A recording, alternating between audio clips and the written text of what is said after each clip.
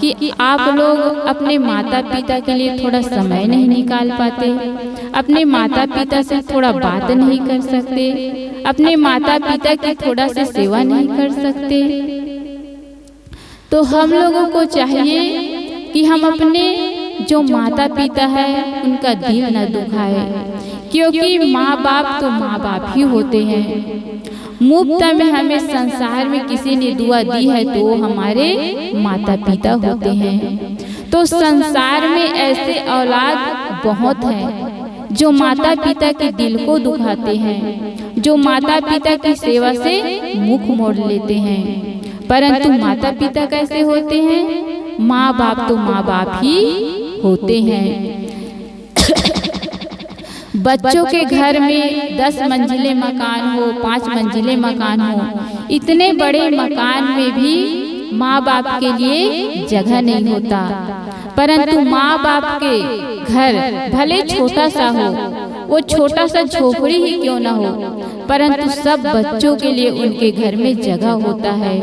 माँ बाप के दिल में सबके लिए जगह होता है। पता है माँ बाप कैसे होते हैं? एक बार की बात है, एक माता पिता और उनका एक बेटा था।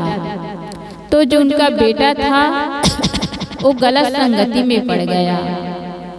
माता पिता उन्हें खूब समझाए कि बेटा ऐसा नहीं करना चाहिए, जो संगति किए हो उसे छोड़ दो। यदि किसी दिन तुमसे गलती हो जाएगी, कुछ गलत हो जाएगा तो हमारा तो सहारा ही चला जाएगा। तुम्हें हम अपने बुढ़ापे का सहारा मानते हैं, यदि तुम नहीं रहोगे तो हमारा क्या होगा? तो तुम जो गलत संगति किए हो उसे छोड़ दो।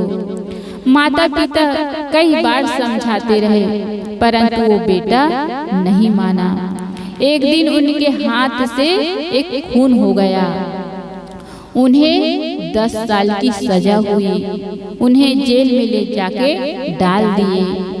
अब वह लड़का जेल में बैठा सोचता रहा कि मेरे माता पिता मुझे कितना मना करते रहे कि बेटा ये मत करो, किंतु मैंने अपने माँ बाप की बात नहीं मानी, इसीलिए मुझे आज ये दुख देखना पड़ रहा है।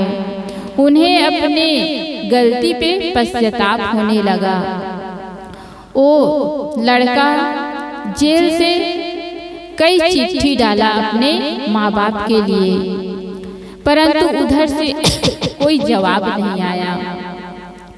जब 10 साल पूरा होने वाला था तो उसने एक चिट्ठी और डाली और इसमें लिखा कि पिताजी, पता नहीं आप मुझे माफ किए हैं या नहीं किए हैं, पता नहीं आपके घर में, आपके दिल में मेरे लिए जगह है या नहीं है, ये मैं नहीं जानता, क्योंकि मैंने 1-2 चिट्ठी नहीं 10-20 चिट्ठी लिखा, परंतु उसका कोई जवाब नहीं आया और न ही आप लोग मिलने आए। देखो अब मेरी सजा पूरी होने वाली है, मैं फलाना तारीख को जेल से छूटने वाला हूँ, तो मैं आखिरी चिट्ठी लिख रहा हूँ। यदि आपके घर में मेरे लिए थोड़ा भी जगह हो तो आप स्टेशन के पास जो पेड़ है उसमें हरी झंडी लगा देना, ताकि मैं देख के समझूं और उतर जाऊं। क्योंकि मैं जिस ट्रेन से बैठ के जा रहा हूँ वो हमारे गांव से होकर गुजरेगा। यदि हरी झंडी होगी तो मैं देखकर उतर जाऊंगा, और यदि आपके घर में मेरे लिए जगह नहीं होगा, हरी झंडी नहीं होगी, तो मैं आगे निकल जाऊंगा। कहाँ जाऊंगा ये मुझे पता नहीं, जहाँ मेरी किस्मत ले जाएगी मैं वहाँ चला जाऊंगा। अब उनकी छुट्टी हुई, जेल से वह छूटा, ट्रेन में बैठा और अपने गांव की तरफ चलने लगा। वो खिड़की से बार बार झांकते और देखते। जब 3 स्टेशन बचा तो वो खिड़की से बाहर देखा, किंतु जो उनके आँख थे वे आंसू से भरे हुए थे। उनके आँख से आंसू टपक रहे थे, तो उन्हें कुछ ठीक से दिखाई नहीं पड़ रहा था। और वो मन ही मन सोच रहा था कि मेरी माता थी, मेरी माता ऐसी करती थी और मैं जो चीज़ खाना चाहता था वो माँ मुझे बना के खिलाती थी। मेरे पिताजी मेरे हर इच्छा पूरा करते थे, परंतु मैंने अपने माता पिता का कहा नहीं माना। वे सब याद करने लगे अपने गांव, अपने माता पिता, अपने सगे संबंधी, सब याद कर रहे थे। तो आंख आंसू से भरा हुआ था, कुछ दिखाई नहीं पड़ रहा था। तो उसने अपने बगल में बैठे एक युवक से कहा कि भैया तुम इधर आके बैठ जाओ खिड़की के पास, क्योंकि मुझे बाहर कुछ दिखाई नहीं दे रहा है। 3 स्टेशन के बाद चौथे स्टेशन में पेड़ में यदि हरी झंडी दिखाई दे तो मुझे बता देना भैया, मेरी जीवन की बात है। अब 1 स्टेशन, 2 स्टेशन, तीसरा स्टेशन पार हुआ तो वहाँ जो बैठा था उससे कहने लगे कि भैया ध्यान से देखना, मेरी जीवन की बात है। तो उसने कहा कि भैया ध्यान से देखना, ये मेरी जीवन की बात है। जब चौथा स्टेशन आया तो उस व्यक्ति ने उसे हिलाया और कहा कि भैया उठो, देखो वो हरी झंडी। तो पता है उस पेड़ पे क्या लगा हुआ था? एक हरी झंडी ही नहीं, जो माँ की हरी साड़ी थी वो पेड़ से टहनियों से लटक रही थी। वह युवक, वो लड़का, वो बेटा उस पेड़ की तरफ देखा तो एकदम गदगद हो गया। वह ट्रेन से उतरा और पेड़ की तरफ गया। वही सामने में उनके पिताजी खड़े थे। वह अपने पिताजी के पास गया और अपना सिर अपने पिताजी के चरणों में रख दिया और कहा कि पिताजी मुझे माफ कर दीजिए। जिनके पिताजी थे अपने बेटे को उठाए और अपने गले से लगा लिए। फिर कहा कि बेटा देखो उधर तुम्हारी माँ इंतजार कर रही है।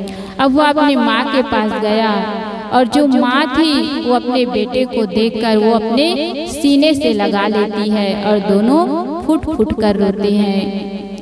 तब जो बेटा था वो अपने माँ से कहते हैं कि माँ मुझे माफ कर दो।